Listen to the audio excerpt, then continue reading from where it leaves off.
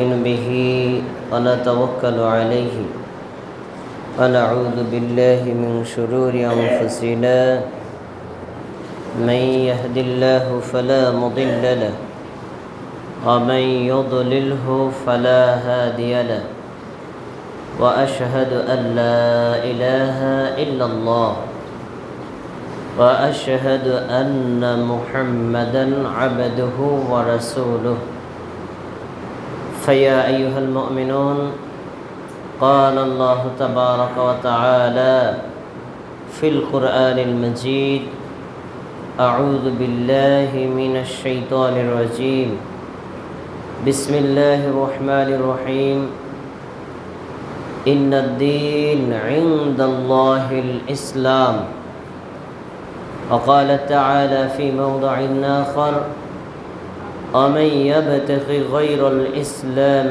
دينا فلن يقبل منه وهو في الآخرة من الخاسرين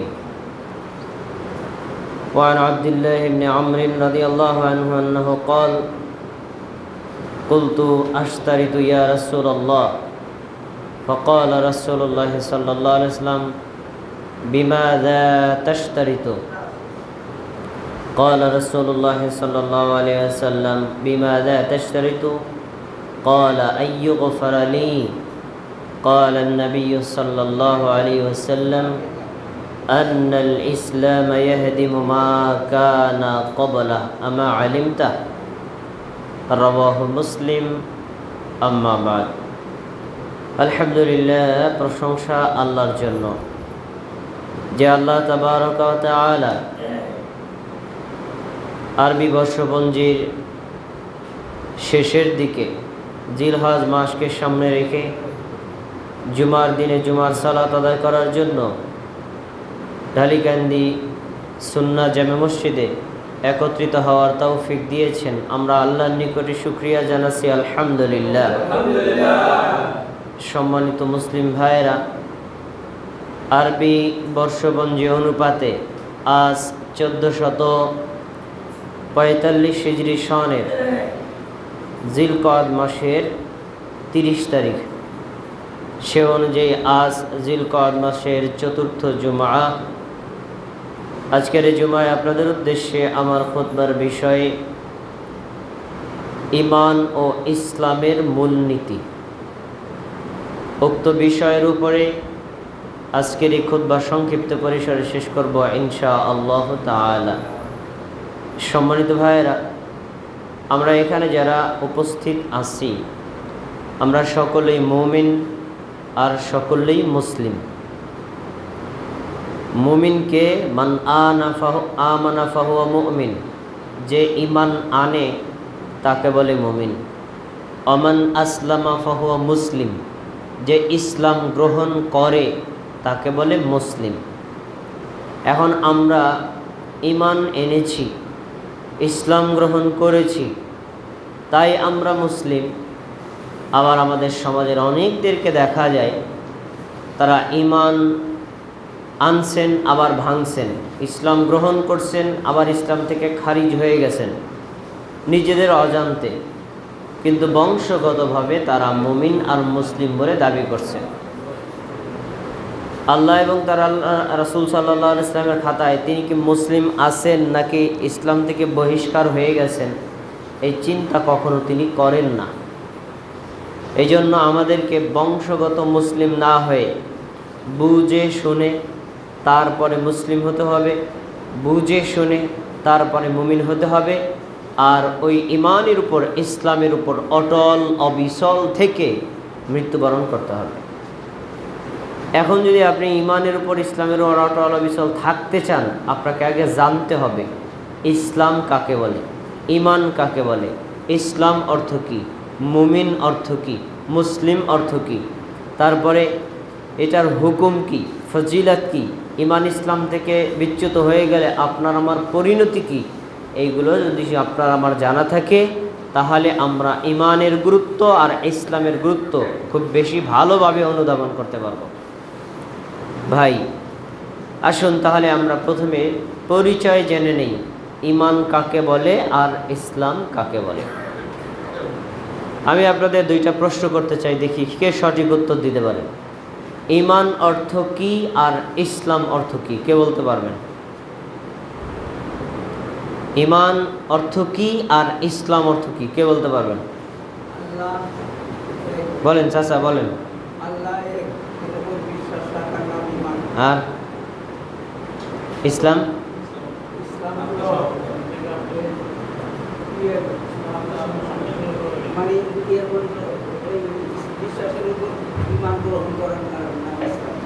আচ্ছা, ভালোভাবে হইল না। এবার শোনেন, আমি প্রশ্ন করার কারণ আছে, কারণ আপনারা এখানে অনেক আছেন ভুল জানেন। অধিকাংশ লোক আমরা জানি ঈমান অর্থ বিশ্বাস করা, এই অর্থটা সরাসরি সঠিক না। অধিকাংশ লোক আমরা জানি ইসলাম অর্থ শান্তি, এই অর্থটাও সরাসরি সঠিক না। তাহলে এই ভুল অর্থটা আমাদের সমাজে কিন্তু প্রচলিত আছে। আমি প্রশ্ন করার উদ্দেশ্য এই যে আমরা মুসলিম, আমার বয়স 50-60 বছর হয়ে গেছে, ইসলাম গ্রহণ করেছি, ঈমান গ্রহণ করেছি, আজ পর্যন্ত জানি না ঈমানের অর্থ কী আর জানি না ইসলামের অর্থ কী। যা জানি তা আবার ভুল জানি। এই জন্য আগে সঠিকটা আপনাকে জানতে হবে। তাহলে জেনে নেন, ঈমান শব্দের শাব্দিক অর্থ হলো স্বীকৃতি প্রদান করা। সবাই একটু বলেন, কি? স্বীকৃতি প্রদান করা। আর ইসলাম শব্দের শাব্দিক অর্থ হলো আত্মসমর্পণ করা। কি বলেন, কি অর্থ কি? কিন্তু আমরা যে জানি শান্তি, এটা আপেক্ষিক অর্থ, সরাসরি না। এখন ঈমান অর্থ যদি স্বীকৃতি হয়, স্বীকৃতি আমি কিভাবে দেব? 3টি মাধ্যমে আপনাকে স্বীকৃতি দিতে হবে। এক, আপনার ঠোঁট আর জিহ্বা দিয়ে আপনি স্বীকৃতি দিবেন। কি স্বীকৃতি দিবেন? আশহাদু আল্লা ইলাহা ইল্লাল্লাহ, আমি সাক্ষ্য দিচ্ছি আল্লাহ ব্যতীত আর কোনো ইলাহা নেই। ওয়া আশহাদু আন্না মুহাম্মাদান আবদুহু ওয়া রাসূলুহু, আমি সাক্ষ্য দিচ্ছি আল্লাহ ব্যতীত, মুহাম্মদ সাল্লাল্লাহু আলাইহি ওয়াসাল্লাম ব্যতীত আর কোনো মানে নবীও নেই, রাসূলও নেই, বরং তিনি হলেন আল্লাহর বান্দা আর তিনি হলেন আল্লাহর রাসূল। এইটা আপনি মুখে দিলেন, 1 নম্বর। 2 নম্বর, তাসদীকুম বিল জিনান, আপনার অন্তর দিয়ে ওইটাকে স্বীকৃতি দিতে হবে। এই যে এবার আসছেন বিশ্বাসের কথা। অন্তর দিয়ে স্বীকৃতি দেওয়া মানে বিশ্বাস করা। 3 নম্বর হচ্ছে আপনার অঙ্গ প্রত্যঙ্গ দিয়ে এটাকে বাস্তবায়ন করা। আপনি যদি বলেন আল্লাহ ছাড়া কোনো ইলাহ নেই, তাহলে আল্লাহ ছাড়া অন্য কারো পূজা করা যাবে না। আপনি যদি বলেন নিশ্চয়ই মুহাম্মদ হলেন আল্লাহর বান্দা এবং রাসূল, তাহলে যাবতীয় ইবাদত মুহাম্মদ সাল্লাল্লাহু আলাইহি ওয়াসাল্লামের তরিকা ছাড়া আর কোনো তরিকা করা যাবে না।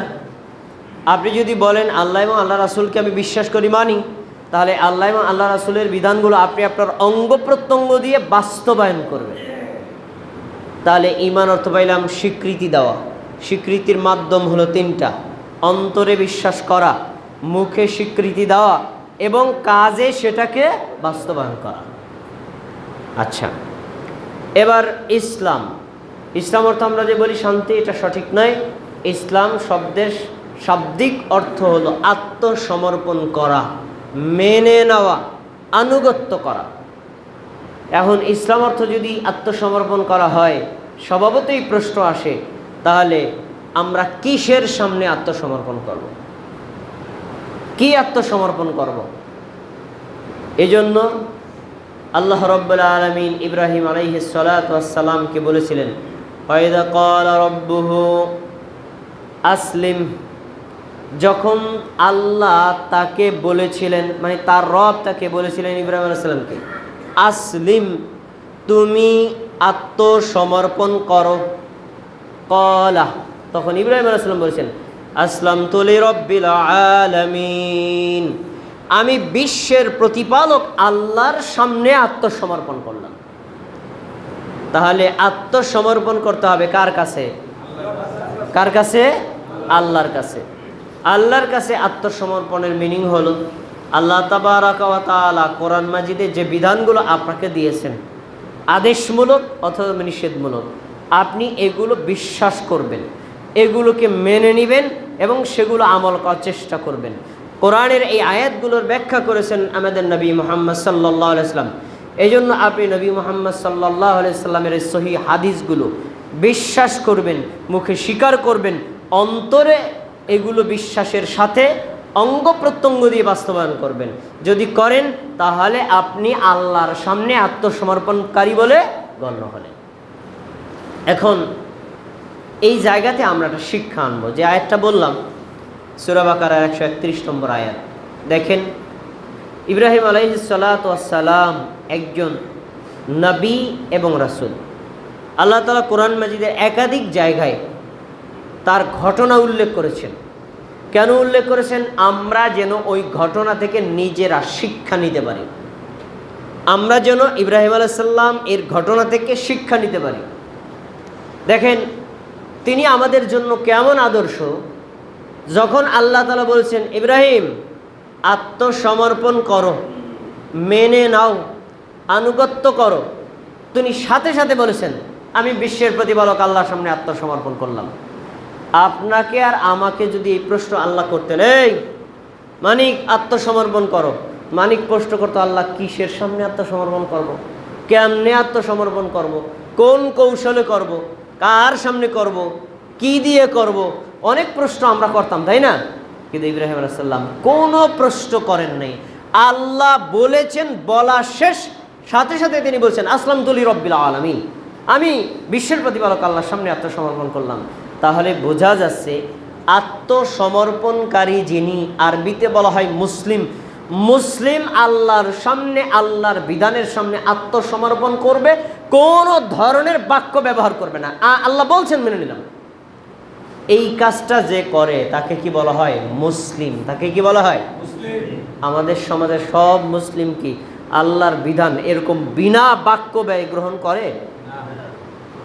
কোরআন খুলে দেখালে মানে না, হাদিস খুলে দেখালেও মানে না, কোরআন হাদিস জানার পরেও বলে আরে ভাই কোরআন হাদিস আছে তো, কিন্তু সমাজে যে চলে না, মানি যে কেমনে, এ কি মুসলমান? না।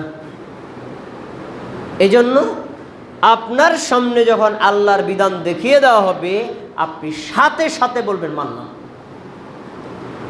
এখন একটা কথা যে প্রচলিত আছে, ইসলাম গ্রহণ অর্থ, ইসলাম অর্থ শান্তি, এটা আমি কি বলছি জানেন? সরাসরি মিথ্যা না, এটা হলো আপেক্ষিক অর্থে সত্য। কিভাবে? আল্লাহ রাব্বুল আলামিন মুহাম্মদ সাল্লাল্লাহু আলাইহি ওয়াসাল্লামকে নবী বানালেন, তিনি দ্বীনের দাওয়াত দিলেন। এক পর্যায়ে যখন মদিনায় তিনি ইসলামিক স্টেট প্রতিষ্ঠা করলেন, তখন তিনি বিভিন্ন রাজা বাদশাদের কাছে দাওয়াত পৌঁছাচ্ছেন। তো সেই সুবাদে একজন সাহাবীকে একটি চিঠি দিয়ে পাঠাইছেন রোমের বাদশাহ হিরাক্লিয়াসের কাছে, যাও চিঠি লিখে দিলাম, তার কাছে গিয়ে এটা বলবা যে আল্লাহর নবী আল্লাহ রসুল মুহাম্মদ সাল্লাল্লাহু আলাইহি ওয়াসাল্লামের পক্ষ থেকে আপনাকে আবেদন নির্দেশ করা হচ্ছে। নির্দেশটা কি? ওই সহিহ বুখারী 7 নম্বর হাদিসে একটা শব্দ আমি আপনাকে বলাই। তিনি সেই চিঠিতে লিখেছিলেন আসলিম তাসলাম। হিরাক্লিয়াস, ইসলাম গ্রহণ করো, শান্তিতে থাকবা। আসলিম, ইসলাম গ্রহণ করো, আত্মসমর্পণ করো, তাসলাম, তাহলে তুমি শান্তিতে থাকবা। তাহলে ইসলাম গ্রহণ অর্থ শান্তি না, ইসলাম গ্রহণের ফলাফল শান্তি। এবার কি বুঝতে পারছেন কথাটা?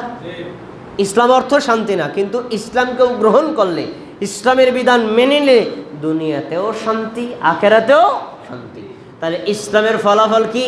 শান্তি। আচ্ছা, এখন ইব্রাহিম আলাইহিস সালাতু ওয়াস সালাম ইসলাম গ্রহণ করে দেখাইছেন।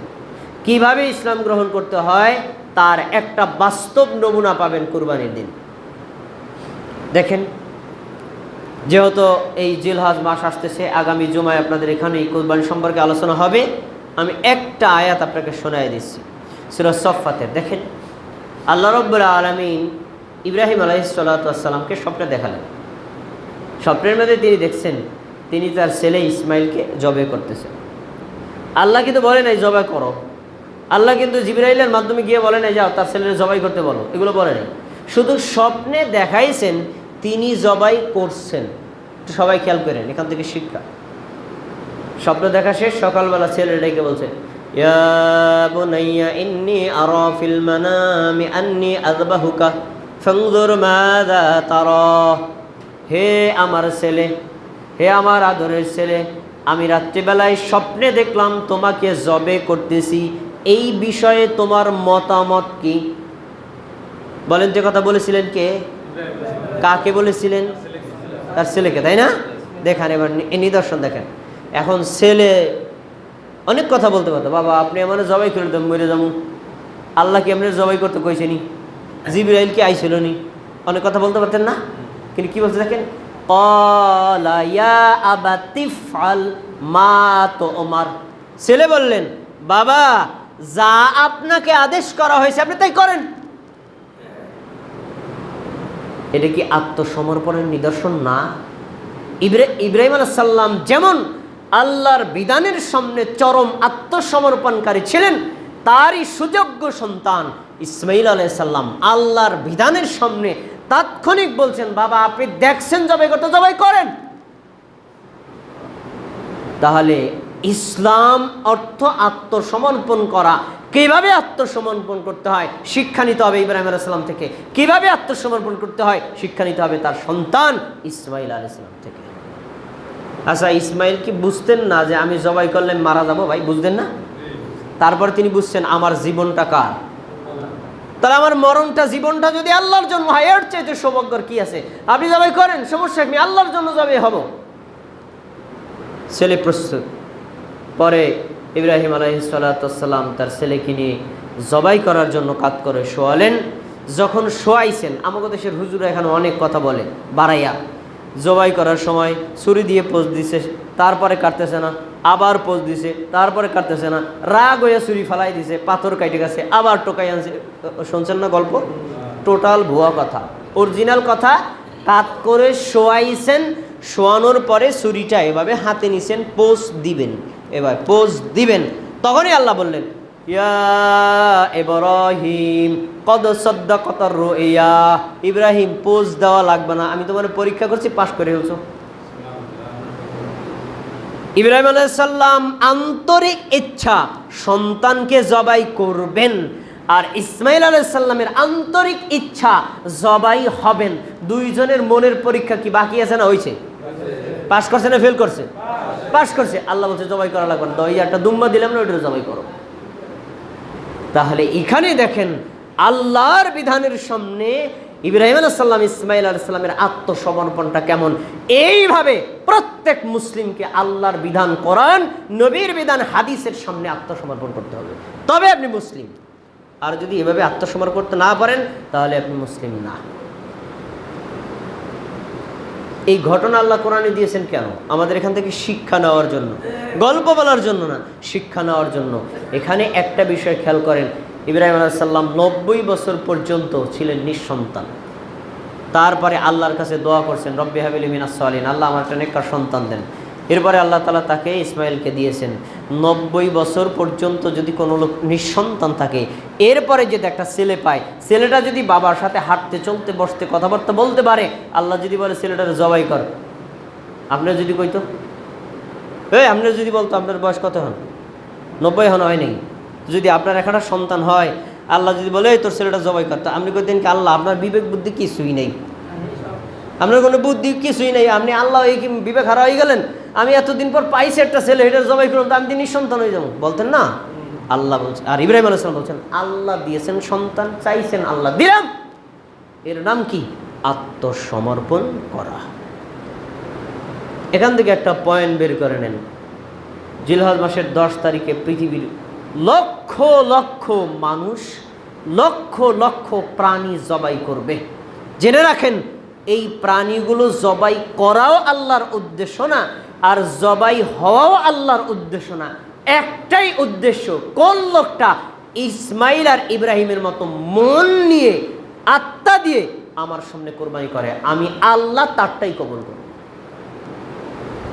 এই জন্য কুরবানি করার আগে প্রত্যেক ব্যক্তিকে তার মনটাকে আগে ঠিক করে নিতে হবে, আমি কি সমাজের জন্য করছি নাকি আল্লাহর জন্য করছি? আমি কি গোস্ত খাওয়ার জন্য করছি না আল্লাহর জন্য করছি? এইটা হলো মেইন। এরপরে গোস্ত আপনি বেশি খাইলেও সমস্যা নাই, কম খাইলেও সমস্যা নাই, আপনার নিয়তটাকে সবচেয়ে বেশি শুদ্ধ করে নিতে হবে। এটা হলো ইসলাম গ্রহণ করার একটা নিদর্শন। আসেন এবার আমরা জানবো মা হুয়াল ঈমান ওয়াল ইসলাম। ইসলাম কাকে বলে, ঈমান কাকে বলে। ঈমান কাকে বলে এই সংজ্ঞা আমরা যদি আলেমদের মত থেকে দেই, আমি বলবো একরকম, আরেকজনে বলবো একরকম, এক একজনে এক এক রকম। কোনো আলেমের মতামত দরকার নেই, আমরা সরাসরি আমাদের নবীর থেকে জানবো, সরাসরি আল্লাহর থেকে জানবো, সরাসরি জিবরাইল আলাইহিস সালাম থেকে জানবো ঈমানের সংজ্ঞা কী আর ইসলামের সংজ্ঞা কী। দেখেন তো আপনি, আমাদের নবী মুহাম্মদ সাল্লাল্লাহু আলাইহি সাল্লাম মসজিদে নববীতে বসা ছিলেন, চতুর্পাশে সাহাবায়ে কেরাম বসা।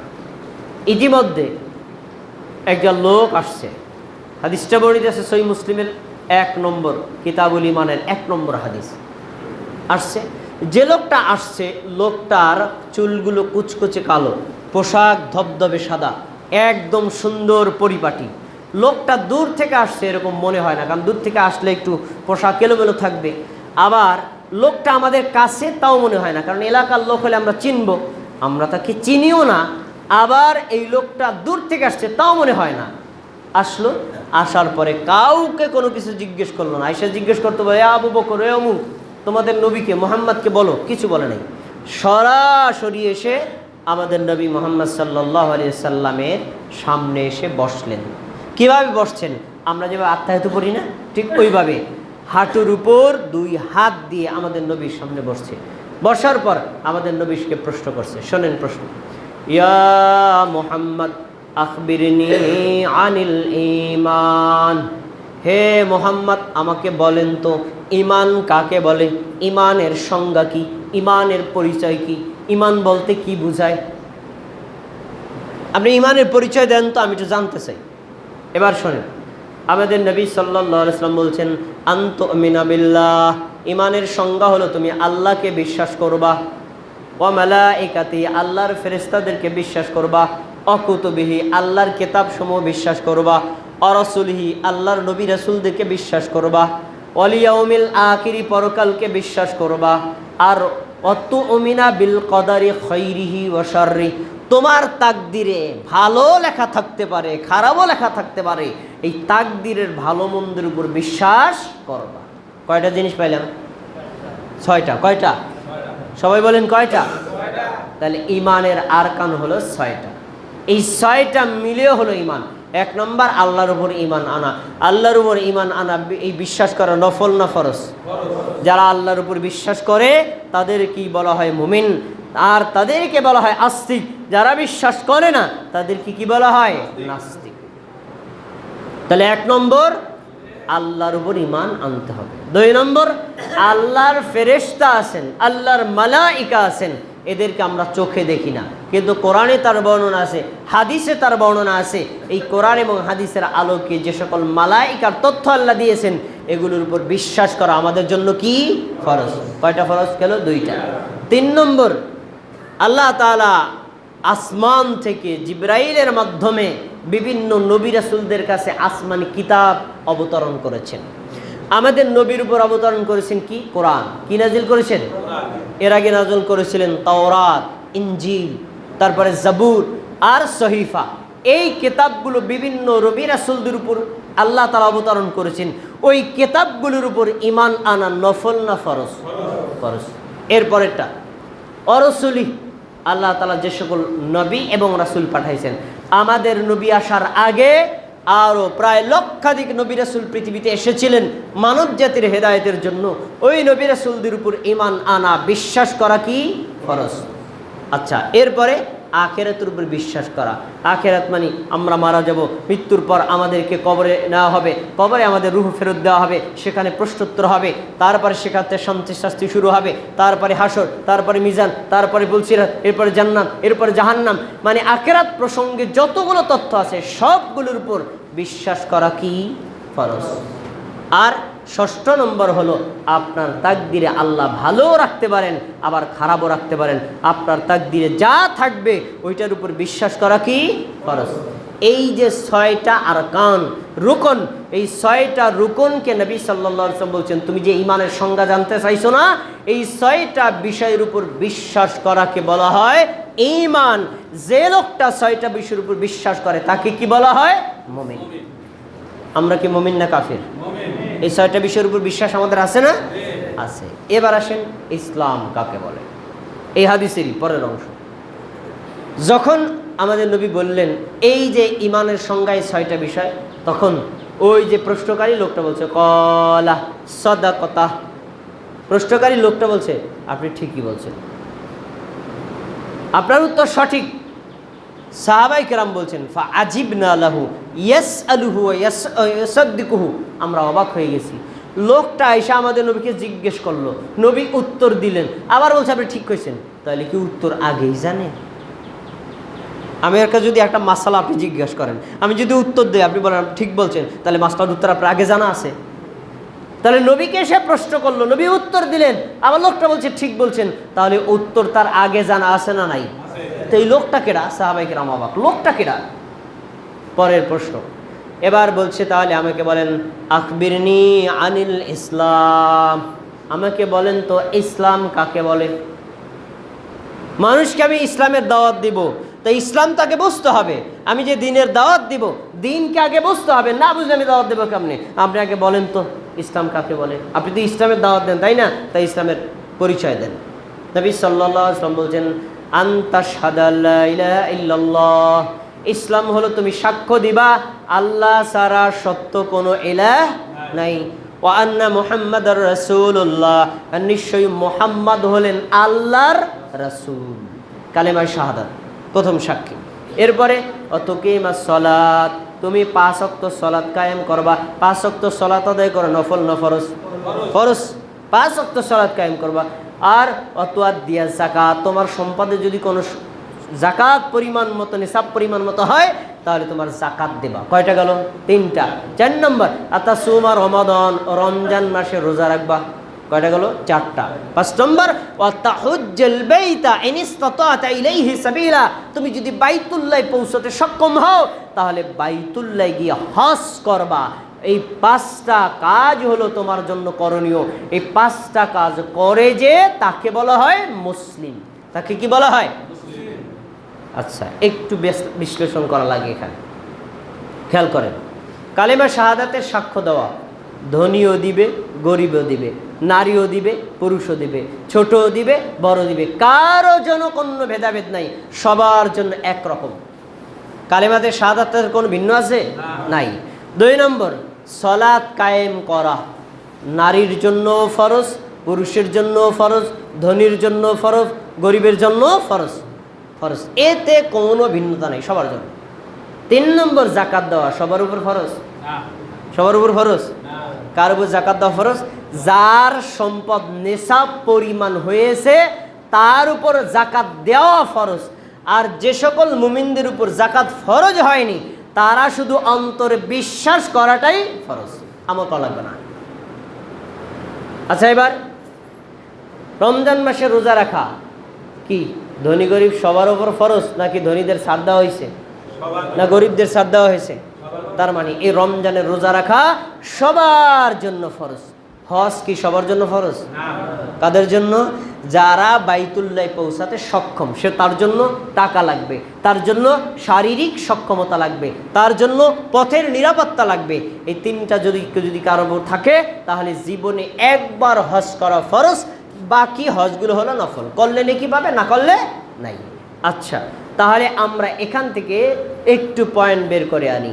কালেমার শাহাদাতের সাক্ষী ধনী গরিব সবার জন্য দিতে হবে, সালাত সবার জন্য আদায় করতে হবে, সিয়াম সবার জন্য করতে হবে, যাকাত আর হজটা সবার জন্য না। এখন আমরা এই 3টা জিনিসই ধরি, তাহলে একটা লোক 5 ওয়াক্ত নামাজ আদায় করার আগে কালেমা শাহাদাতের সাক্ষী দিতে হবে, তারপরে 5 ওয়াক্ত সালাত আদায় করতে হবে, এরপরে রমজান মাসে রোজা রাখতে হবে। এই 3টা কাজ যে কন্টিনিউ করে তাকে বলা হয় মুসলিম। আমাদের সমাজে মুসলিমদের সংখ্যা কিন্তু এইটা না। নামাজ না পড়লেও বলে মুসলমান থাকে, রমজান মাসে রোজা না রাখলেও বলে মুসলমান থাকে। এই জন্য আমার জানা মতে অনেক মুসলমান আছে তার দাড়ি পেকে গেছে, এক পা কবরে চলে গেছে, রমজান মাসে তারা হোটেলের ভিতরে ঢুকে বিড়ি সিগারেট টানে, এমন মুসলমান আছে না? আর এখনো পর্যন্ত আমাদের সমাজে এমন মুসলমান আছে, চায়ের দোকানে চা সাবাই আর গিবাত করে কয়, ওই যে লোকটা নামাজ পড়তে যায় না, ওনার মাথায় টুপি থাকলে কি হয়েছে, নামাজ পড়লে কি হয়েছে, উনি মিথ্যা কথা বলে, ওনার চাইতে আমি ভালো মুসলমান। আরে ভাই, আমি নামে শুধু জুমায় পড়লেও ওনার মতো আমি মিথ্যা কথা তো বলি না, মানে নামাজ না পড়েও সে মুসলমান দাবি করে, এমন লোক আছে না নাই? অথচ যে নামাজ পড়ে না, এই নামাজ না পড়ার দুইটা অর্থ, একটা পড়তে পারে না, ছুটে গেছে, সে মুসলিম।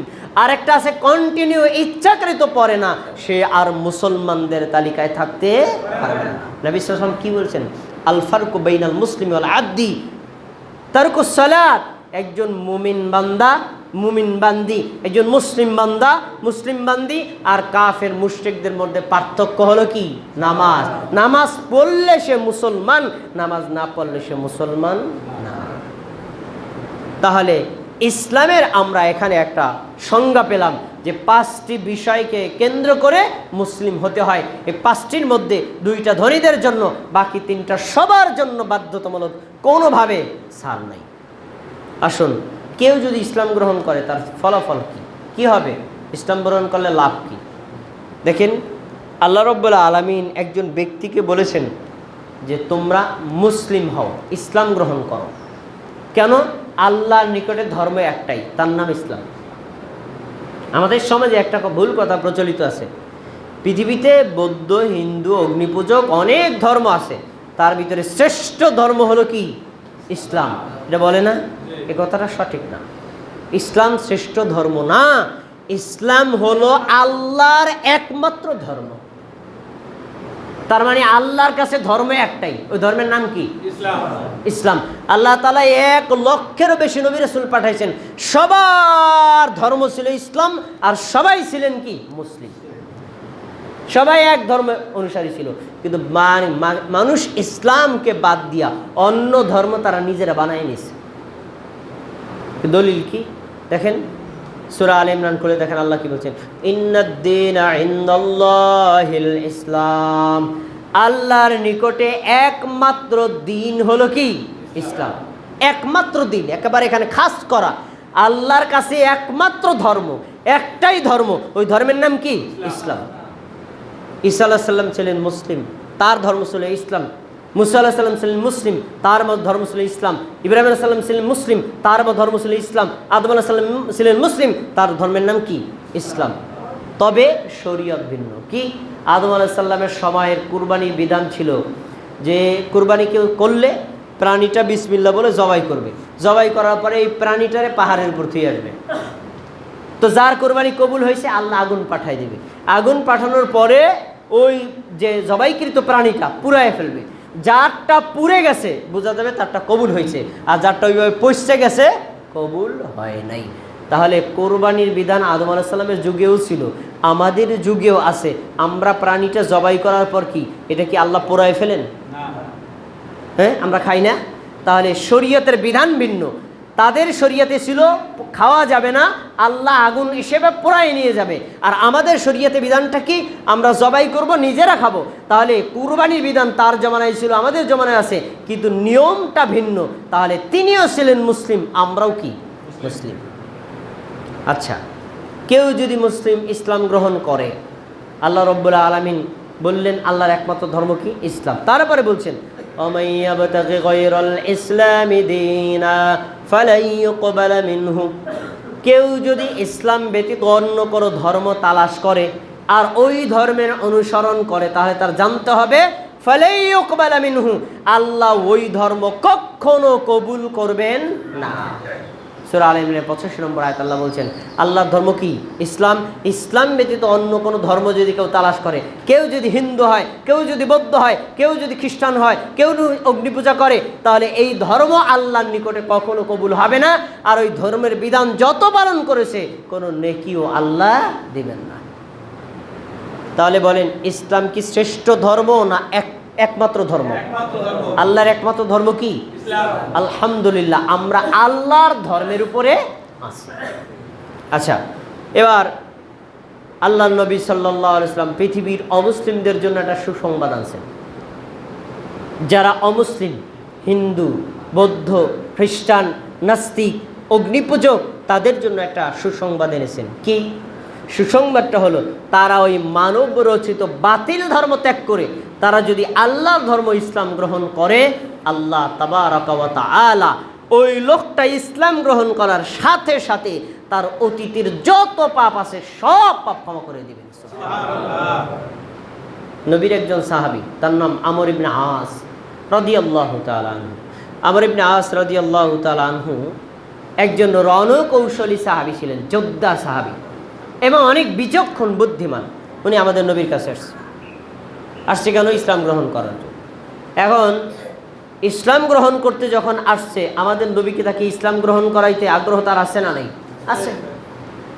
তখন নবী সাল্লাল্লাহু আলাইহি ওয়াসাল্লামকে সে বলছে, নবী আপনি আপনার হাতটা প্রসারিত করে দেন, আমি আপনার হাতের উপর হাত রেখে ইসলাম গ্রহণ করব, কালিমা শাহাদাত পরে মুসলমান হব।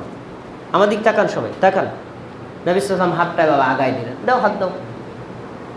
যখন নবী হাতটা আগায় দিচ্ছেন, তখন ওই সাহাবী তার নিজের হাতটা গুটায় নিছেন, না আমি হাত দেব না। তখন আমাদের নবী বললেন, মা তোমার কি হলো? ইয়া আমর, মা বালু ইয়া আমর, আমর তোমার কি হলো? তুমি না বললা আমাকে হাত দেন, আপনি হাতের উপর হাত রেখে, আমার হাতের উপর হাত রেখে আমি ইসলাম গ্রহণ করবো, আমি তো হাত দিয়েছি। তখন আমর বলছে, আল্লাহর নবী আমি মুসলমান হওয়ার আগে একটা শর্ত করতে চাই। তখন তিনি বল, বিমাযা তাশতারিতু আমর, কি শর্ত তোমার, বলো কি ইচ্ছা করছো তুমি? তখন নবী সাল্লাল্লাহু আলাইহি ওয়াসাল্লামকে আমর বলছে, আইয়ুগফারা লি, আমি যদি এখন মুসলমান হই তাহলে কি আমাকে ক্ষমা করা হবে? এ আমর এক সময় নবীর বিরুদ্ধে যুদ্ধ করেছে, ইসলাম গ্রহণ করতে এসছে। তার ধারণা আমি এত বড় মহাপাপ করেছি, আল্লাহর নবী আল্লাহর রাসূলের বিরুদ্ধে যুদ্ধ করেছি, ইসলামের বিরুদ্ধে যুদ্ধ করেছি, তাহলে কত বড় পাপ করলাম, আমি ইসলাম গ্রহণ করলে, ঈমান গ্রহণ করলে আমার পাপ কি ক্ষমা হবে? তখন আমাদের নবী একটা কথা বলেছেন, এই কথাটা পৃথিবীর সব অমুসলিমদের কানে পৌঁছে দেওয়া দরকার। তিনি বলছেন, আমা আলিমতা আন্নাল ইসলাম ইয়াহদিমু মা কানা ক্বাবলা, আমর তুমি কি জানো না, কোন লোক যদি একবার ইসলাম গ্রহণ করে, কালেমা শাহাদাত পড়ে মুসলমান হয়, তার অতীতের যত আমল আছে আল্লাহ সব আমলগুলো পুরে ছাই করে দিবেন। কোন আমল? খারাপ আমল। কোন আমল? বদ আমল। কোন আমল? গুনার আমল। তার মানে ধরেন একটা লোক হিন্দু, তার বয়স 100 বছর, 100 বছর বয়সে যদি এখানে এসে বলে, ভাই আমাকে কালেমা শাহাদাত পড়ে মুসলমান বানায় দেন, আজ যদি সে কালেমা শাহাদাত পড়ে মুসলমান হয়, এই 100 বছরে সে যত পাপ করেছে ইসলাম গ্রহণ করার সাথে সাথে আল্লাহ সব পাপগুলো ডিলিট করে দিবে। সুবহানাল্লাহ। তাহলে ইসলাম গ্রহণ করার একটা বড় ফল হলো যে পিছনের যত পাপ আছে আল্লাহ সব পাপ ক্ষমা করে দেন। আসুন আমরা এবার ইসলামের ফজিলত জানবো। ইমানের ফজিলতটা কি? ইমান আমরা তো আনছি, 6টা বিষয়ের উপর ইমান আনছি। ইমানের ফজিলত কি, গুরুত্ব কি, যদি আপনি না জানেন আপনি ইমানটাকে ধরে রাখতে পারবেন না, আর রাখবেনও না, যেটি আমাদের সমাজেও নাই। অনেক মানুষ আছে 5 ওয়াক্ত নামাজ মসজিদে গিয়ে পড়ে, আবার দেখা যায় এই লোকটাই তার পীরের দরবারে গিয়া কবরে সিজদা করে। মানে একবার মাথা টাকায় আল্লাহর সামনে, আর একবার মাথা টাকায় কার সামনে? গয়রুল্লাহর সামনে। এমন মুশরিক আমাদের সমাজে নাই? আছে। কেন এই কাজ করে? তারা করে এই জন্য তারা ইমানের মূল্য কি তা বোঝে না। আসেন ইমানের মূল্য সম্পর্কে আপনাকে একটু বুঝাই। নবী সাল্লাল্লাহু আলাইহি ওয়াসাল্লামের কাছে আবু হুরায়রা প্রশ্ন করছেন, ইয়া রাসূলুল্লাহ আইয়ুল আমালি আফদাল, আল্লাহ রাসূল আমাকে বলেন তো সবচেয়ে শ্রেষ্ঠ আমল কোনটি? ইসলামের মধ্যে সবচেয়ে দামি আমল, আল্লাহর নিকট সবচেয়ে মর্যাদাবান আমল কোনটি?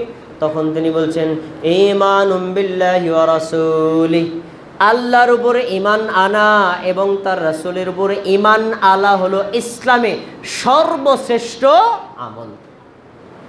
তাহলে এই হাদিসে পাওয়া গেল মানুষ জন্মগ্রহণ করার পর থেকে মৃত্যু পর্যন্ত নামাজ, রোজা, হজ, যাকাত, দান, সদকা, ফরজ, ওয়াজিব, সুন্নাত, মুস্তাহাব, ছোট বড় ভালো মন্দ যত ধরনের আমল করুক, আল্লাহর কাছে শ্রেষ্ঠ আমল কি?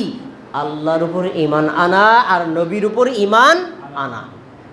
ঈমানের দাম ইসলামের সবচেয়ে বেশি। হাদিসটা এবার মনে রাখেন। এবার আপনাকে একটা আয়াত শোনাবো, আয়াতের পর একটা হাদিস শোনাবো। ইমানের মূল্য বোঝার জন্য এই আয়াতটাই হাদিসটা আপনার জন্য যথেষ্ট। যারা ঘুমাইবেন আমি লাঠি দিয়ে তার একটা খোসা মারবো, কোনো ঘুম হবে না। এই আয়াতের সময় কোনো ঘুম হবে না, খেয়াল করে শোনেন।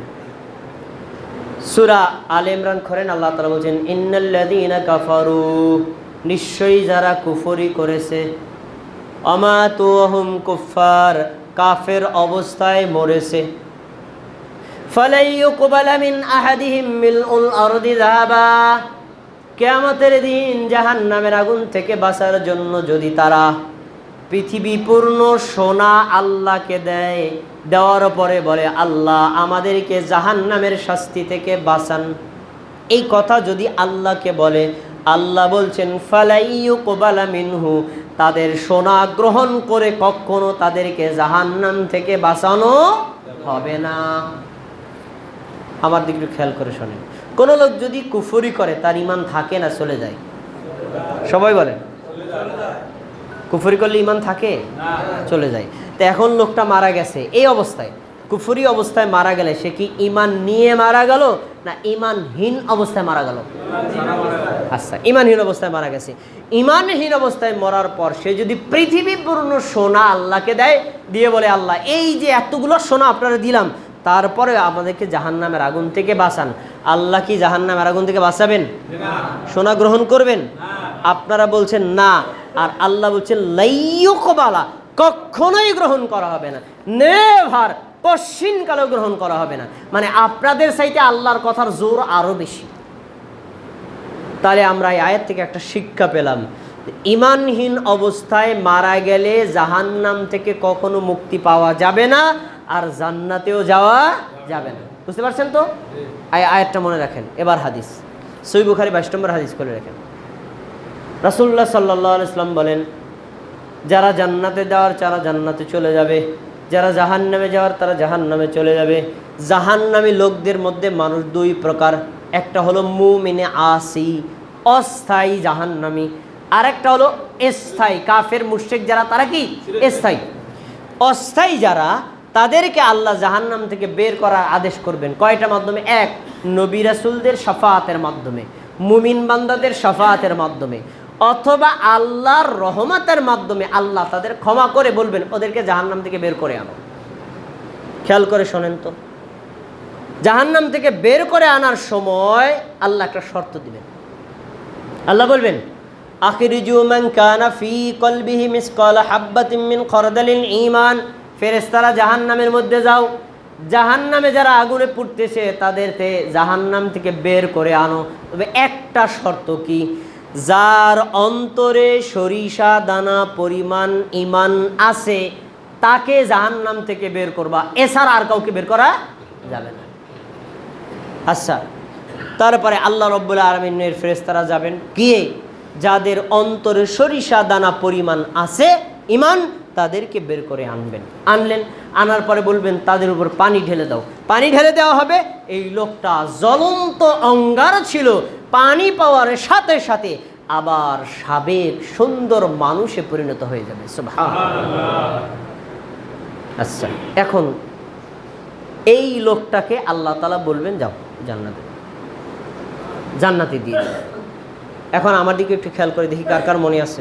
ঘুমাইছে কিনা কেডা? কে কে ঘুমাইছে? ঘুমাইছে নি কেউ? প্রশ্ন সবার উত্তর দিতে হবে। প্রথম আয়াত বলছিলাম সূরা আলে ইমরান থেকে, ওখানে পাওয়া গেল ঈমানহীন অবস্থায় মারা গেলে পুরো পৃথিবী পূর্ণ সোনা দিলে আল্লাহ তাকে জাহান্নাম থেকে বের করবেন না। আর এই হাদিসে পাওয়া গেল লোকটা পৃথিবী পূর্ণ সোনা তো দূরের কথা, তার অন্তরে ছিল একটা সরিষা দানা পরিমাণ ঈমান। এই ঈমান থাকার কারণে আল্লাহ তাকে জাহান্নাম থেকে বের করছেন না করেন নাই? সবাই বলে না আমার চাচা ঘুমায় কে, বের করছেন না করেন নাই? এবার একটু বলেন তো, তার মানে কি বোঝা গেল? সারা পৃথিবী পূর্ণ স্বর্ণ আল্লাহকে দেওয়া হলো, জাহান্নাম থেকে বের করলেন না। একটা সরিষা দানা পরিমাণ ঈমান দিয়েছেন, আল্লাহ তাকে জাহান্নাম থেকে বের করলেন। তার মানে হলো আল্লাহর কাছে সমগ্র পৃথিবী পূর্ণ সোনার মূল্য যা, একটা সরিষা দানা পরিমাণ ইমানের মূল্য লক্ষ লক্ষ কোটি গুণ বেশি। সুবহানাল্লাহ। আমি মনে হয় আপনাদেরকে বুঝাইতে পারিনি, আপনারা কি বুঝতে পারছেন? ইমানের দাম কম না বেশি? এখানে আমরা যারা আছি, এখানে যারা আছে, উপরে মা বোন যারা আছেন, আপনারা বলেন আপনারা কি মুমিন না কাফির? আপনারা ইমান আনছেন না আনেন নাই? তার মানে এই মুহূর্তে আপনারা পুরো পৃথিবী পূর্ণ স্বর্ণের মালিকের চাইতে বেশি দামি সম্পদের মালিক। এই ইমান সংরক্ষণ করার দরকার আছে না নাই? কিন্তু আমাদের দেশের মানুষগুলো ইমানের সংরক্ষণ করে না, ইমান তাদের বারে বারে ধ্বংস হয়ে যায়। যায় না কি যায় না? যায় না? ইমান আপনি আনছেন, আল্লাহর উপর ইমান আনলেন, নবীর উপর ইমান আনলেন, কোরআনের উপর ইমান আনছেন, পরকালের উপর ইমান আনছেন, ফেরেশতার উপর ইমান আনলেন। ইমান আনলেই কি স্থায়ী হয়ে যাবে? না। ইমান আনার পরে কখনো শিরিক করা যাবে না, ইমান আনার পরে কখনো কুফরি করা যাবে না, ইমান আনার পরে কখনো বিদআত করা যাবে না, ইমান আনার পরে কখনো নেফাকি করা যাবে না। আপনি যদি শিরিক করেন, বিদআত করেন, নেফাকি করেন, আপনার ইমান থাকবে না। তাহলে আমাদের ইমানগুলো সংরক্ষণ করা দরকার আছে না ভাই? ইমান সংরক্ষণ করার দরকার। অনেকে ভাবে ইমান আবার যায় কেমনে, এরকম ভাবে তারা। অনেক কই ইমান আনছি না, আবার ইমান যাইব কার?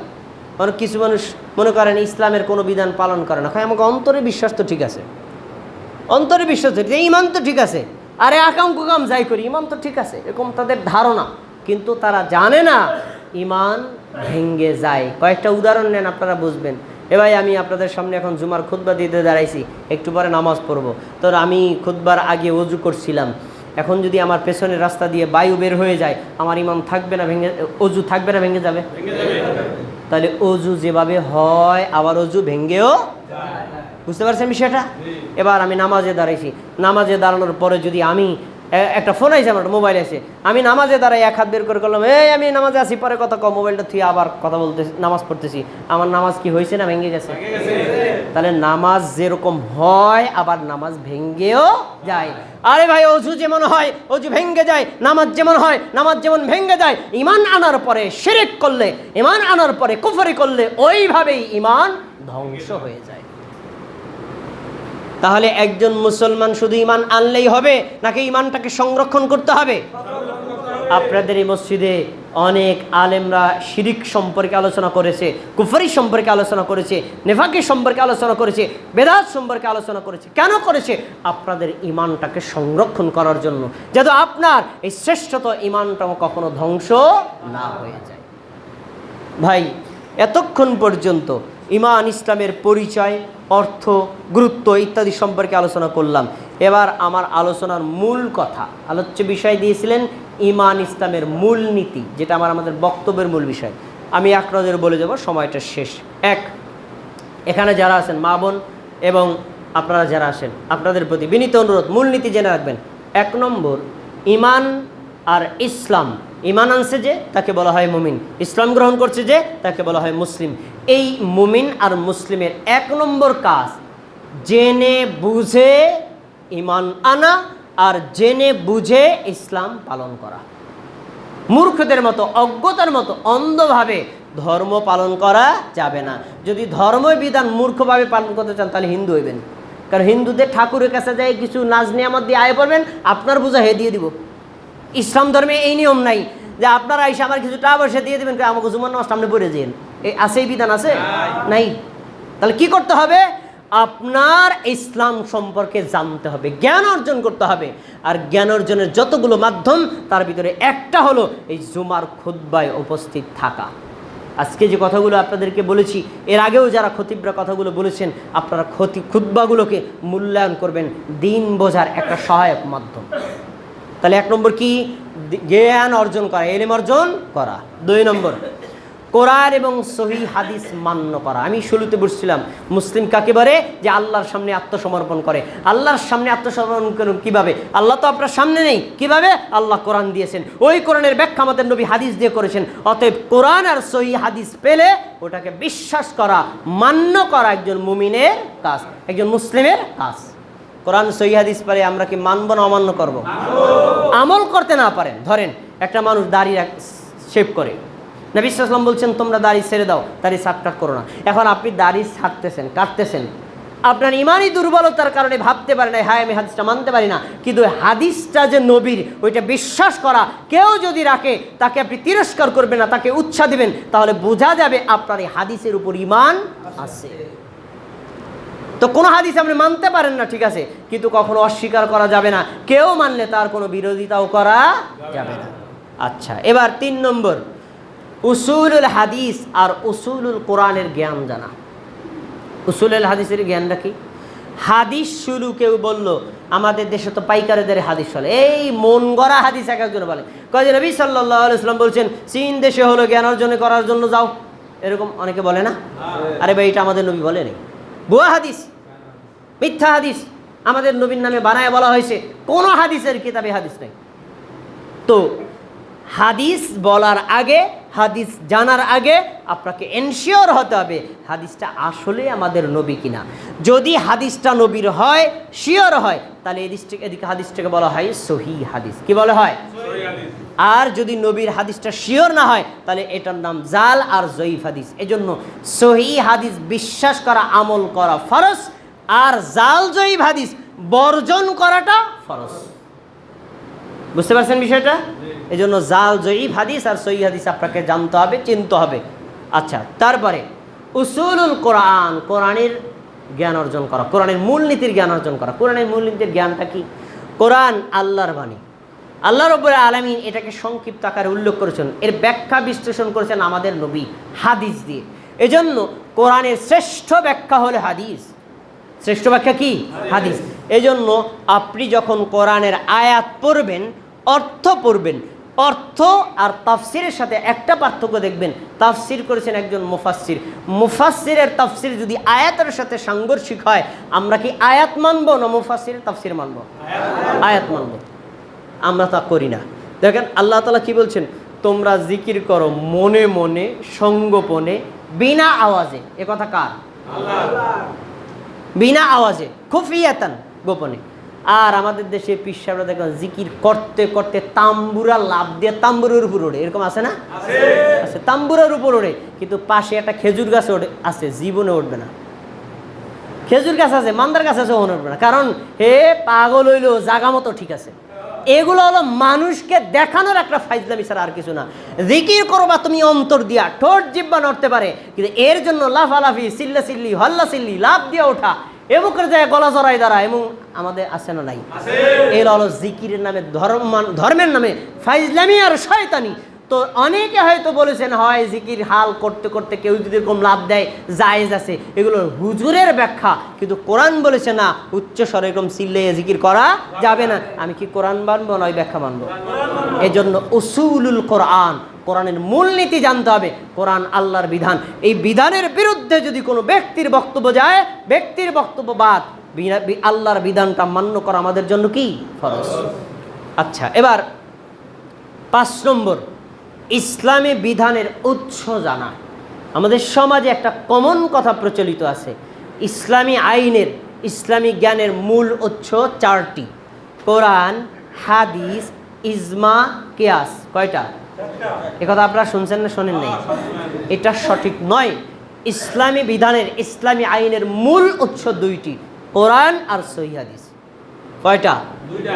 তাহলে বাকি 2টাকে আমি বাদ দিয়ে দিছি? না, বাদ দেইনি, ওই 2টা লাগবে। কখন লাগবে? কখন? দেখেন, যেখানে কোরআনের আয়াত স্পষ্ট থাকবে না, যেখানে হাদিসের স্পষ্ট কোনো বর্ণনা থাকবে না, ওই জায়গাতে আপনি ইজমার দিকে যাবেন, ওই জায়গাতে আপনি কিয়াসের দিকে যাবেন। কিন্তু যেখানে কোরআনের আয়াত স্পষ্ট, হাদিস স্পষ্ট, ওইখানে আমার কোনো কিয়াসের দরকার নাই।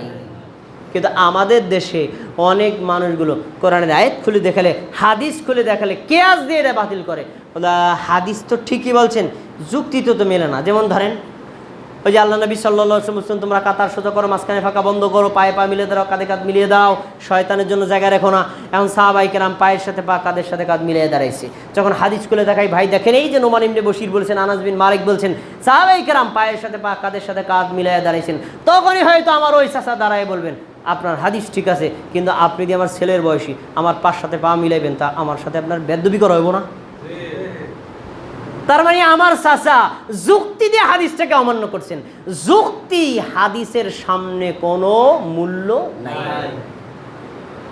তোমার যুক্তির মাটি দাও, মেয়ে হাদিস আছে না, সাহাবায়ে কেরাম পায়ের সাথে পা মিলাইছেন, ওখানে আবু বকর সিদ্দিক জান্নাতের সনদ পাওয়া সাহাবী, আবু বকর জান্নাতের সনদ পাওয়া সাহাবী, 10 জন জান্নাতের সনদ পাওয়া সাহাবী, তাদের পাশে ছোট ছোট বাচ্চারা ছিল, পায়ের সাথে পা মিলাইছেন, শিশুদেরকে বলছেন মিলায়া দাঁড়াও, কখনো বলেন এই বেটা বেয়াদ্দব, আমি এই মসজিদের খতিব, আমার সাথে পা মিলাস। এরকম কোনো গৌরব অহংকার তাদের মধ্যে ছিল না।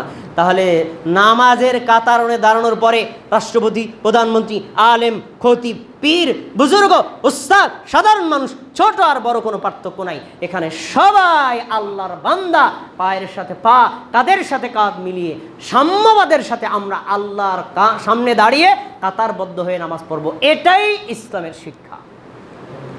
তাহলে বোঝা যাচ্ছে যে কোরআন এবং হাদিসের সামনে কিয়াস করে কোনো বিধানকে বাতিল করা যাবে না। এবার আসুন ইজমা। ইজমা কি করবেন?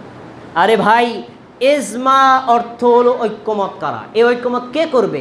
সাহাবায়ে কেরাম। ঐক্যমত কারা করবে? তাবিঈগণ। ঐক্যমত কারা করবেন? হকপন্থী আলেমগণ। এই ঐক্যমত যদি তারা করেন, সাহাবীগণ করলে হাদিসে আছে, তাবিঈগণ করলে হাদিসে আছে। কারণ সাহাবীদের কথা কর্ম ওইটাও হাদিস, তাবিঈদের কথা কর্ম ওইটাও হাদিস। অতএব তারা যদি ইজমা করেন তা হাদিসে থাকবে। তারা ইজমা না করলে মন গড়া তোমরা ঢালিকান্দি হুজুর সবাই মিল্লা কইছে আমরা ইজমা করলাম, আরে বেটা তোর ইজমার কি দাম আছে? এই ইজমার কোনো ভ্যালু নাই। বরং তারা যদি ইজমা করেন তার ভ্যালু আছে। যেমন আবু বকর রাদিয়াল্লাহু তাআলা আনহু প্রথম খলিফা হয়েছেন, তারপরে ওমর খলিফা হয়েছেন, তারপরে ওসমান খলিফা হয়েছেন, তারপরে আলী খলিফা হয়েছেন। 4 জন খলিফা যখন হলেন, সব সাহাবী ঐক্যবদ্ধভাবে মেনে নিয়েছেন, কেউ কখনো কারো বিরোধিতা করেন নাই। তাহলে 4 খলিফা হক, 4 খলিফাকে মান্য করা ইজমাভাবে এটা বিশ্বাস করা আমাদের জন্য ফরজ। কিন্তু শিয়া আছে না, ইরানের শিয়া, যারা শিয়া তারা এটাকে বিশ্বাস করে না। কি? আবু বকর, ওমর, ওসমান, এই 3 জন হলো সন্ত্রাসী, তারা ষড়যন্ত্রকারী। তারা আলী রাদিয়াল্লাহু তাআলা আনহু খলিফা হওয়ার যোগ্য ছিল, ওনারা চালাকি করে আলীকে ডাইভার্ট করে নিজেরা খলিফা হয়েছেন। এজন্য তারা আবু বকর, ওমর, ওসমান এই 3 জনকে গালিগালাজ করে আর বলে ওরা হলো জাহান্নামী, ওরা হলো কাফের, ওরা বেঈমান। এরা কারা বলে? এই কথা কারা বলে? কিন্তু বড় কষ্টের বিতায়, কষ্ট কোথায় রাখবো? ঢালিকান্দি মসজিদের, সুন্নাহ মসজিদে যারা নামাজ পড়ে তাদেরকে আমাদের সমাজের অনেকে বলে এরা নাকি শিয়া। এমন বলে নাকি বলে না? আমরা নাকি শিয়া? নাউজুবিল্লাহি মিন যালিক। আরে আমরা তো বলি শিয়ারা মুসলমানই না। তা মুসলমান, আমি যদি কারো মুসলমান না করি আমি কি সেখানে যাবো নাকি? শিয়ারা তো মুসলমানদের মধ্যেই পড়ে না। আমাদেরকে আপনি শিয়া মনে করেন কেমনে? আমরা হলাম আল্লাহ রাসূল সাল্লাল্লাহু আলাইহি ওয়াসাল্লামের অনুসারী, সাহাবায়ে কেরামদের অনুসারী, সালফে সালেহিনের অনুসারী। আমরাই হলো হকপন্থী মুসলিম। কোরআন আছে যেখানে আমরা আছি সেখানে, সহিহ হাদিস আছে যেখানে আমরা আছি সেখানে, কোরআন আর হাদিস নাই যেখানে আমরাও থাকি না সেখানে। এটাই আমাদের পরিচয়। প্রিয় ভাইরা, আলোচনার শেষের দিকে সর্বশেষ আপনাদের একটা কথা বলে আলোচনা শেষ করে দিব। এখানে যারা আছেন আপনারা সবাই আমাদেরকে বলেছিলেন আপনারা মুমিন আর আপনারা মুসলিম, তাই না? বলেছিলেন। কীভাবে বলেছিলেন? ওই যে আশহাদু আল্লা ইলাহা ইল্লাল্লাহ ওয়া আন্না মুহাম্মাদার রাসূলুল্লাহ, আমরা সাক্ষ্য দিচ্ছি আল্লাহ ছাড়া কোনো ইলাহ নাই, এই একটা সাক্ষী দিচ্ছেন। আরেকটা হলো আমরা সাক্ষ্য দিচ্ছি নিশ্চয়ই মুহাম্মদ হলেন আল্লাহর বান্দা আর রাসূল। এই সাক্ষ্য আপনারা দিয়েছেন না? এই 2টা সাক্ষ্য যে ব্যক্তি দিবে তার জন্য 2টা কাজ করা ফরজ। 1 নম্বর, কেউ যদি বলে আল্লাহ ছাড়া কোনো ইলাহ নাই, তাহলে আল্লাহ ছাড়া পীর পূজা, কবর পূজা, মাজার পূজা, দরগা পূজা, দুর্গা পূজা, স্থান পূজা, বস্তু পূজা, কোনো ধরনের শিরকে লিপ্ত হওয়া তার জন্য কি স্পষ্ট হারাম। যদি করে তাহলে এই সাক্ষ্য দেওয়া তার টিকবে না এবং সে মুসলমান থাকতে পারবে না। তাহলে আমরা কি এই সকল পূজার সাথে সম্পৃক্ত হব না? 1। 2 নম্বর, আমি সাক্ষ্য দিচ্ছি নিশ্চয়ই মুহাম্মদ হলেন আল্লাহর বান্দার রাসূল। এই কথা যে লোক বলবে, বলার সাথে সাথে তার উপর একটা ফরজ, নামাজ, রোজা, হজ, যাকাত, সুন্নাত, ফরজ, ওয়াজিব, মুস্তাহাব, যত ধরনের আমল আছে সব আমলগুলো একজন মাত্র ব্যক্তির মতো করতে হবে, আর কারো মতো করা যাবে না। একজন মাত্র ব্যক্তির তরিকা করবে, তিনি কে?